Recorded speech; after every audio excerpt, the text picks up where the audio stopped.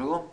Alors, dans ce film, on va essayer de voir comment on fait un total, non pas simplement sur une ligne, des opérations comme la dernière fois. Là on voit la requête que j'ai fait la dernière vidéo. Donc là, j'ai simplement 3 francs 50 x 5, et puis 3 francs 95 x 2.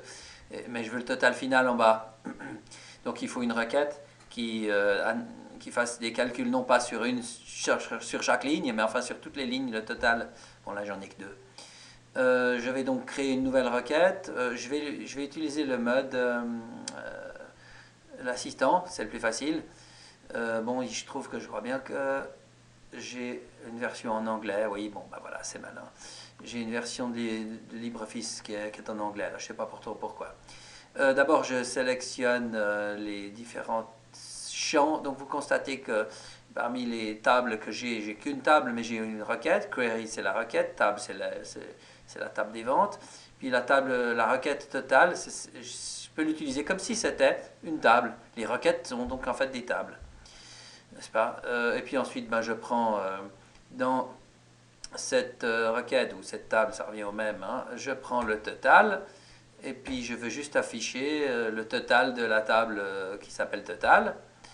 Je passe au suivant. Je vais ici définir si je dois trier dans l'ordre. Évidemment, j'ai aucun ordre à trier. Je m'en fiche complètement.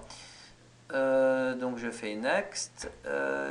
Est-ce que j'ai des recherches à faire? Non, pour faire sélectionner seulement celles qui ont certaines valeurs, etc. Je pourrais faire des sélections. J'ai rien. Et puis là, justement, je ne vais pas regarder le détail, mais faire des sommes. Ce que je vais faire, c'est faire une somme, une moyenne, un minimum, un maximum, ou bien simplement compter les valeurs. Voilà tout ce que je peux faire. Hein. Somme, average, c'est moyenne, minimum, maximum, et puis count, c'est le nombre de valeurs. Je peux compter le nombre de valeurs que j'ai. Là, en l'occurrence, j'ai deux articles. Donc là, je vais faire une somme pour avoir le total de ma facture. Et puis, de quel champ? Du champ total. Je vais faire le total vertical là. Je vais au suivant. Je vais donc un alias. Comment je vais appeler ça? Je peux peut-être appeler ça total final. Ou total facture, je sais pas, un truc de ce genre-là. Et puis voilà. Et puis le nom de ma requête. Query total, ou bien, plutôt que query, je peux mettre requête si je veux, mais enfin, ça ira très bien. Puis je mets finish. Et puis voilà, j'ai donc, hop, elle est un petit peu trop grande. Je vais donc définir, ça y est, qu'est-ce que j'ai pris là? Voilà, je vais donc ma requête qui est là. Voilà. C'est malin, mais j'ai cliqué à côté. Donc ma requête, elle me donne voilà, les 25 francs 40 qui sont là, qui sont bien le total de 17,50 plus 7,90. Voilà, maintenant j'ai mis aucun autre champ. Détail encore, je peux ouvrir ça au mode édition pour vérifier un petit peu ce que ça me donne. Ici j'ai mon query total, je fais éditer, et puis hop, c'est de nouveau trop grand. Voici ce que j'obtiens.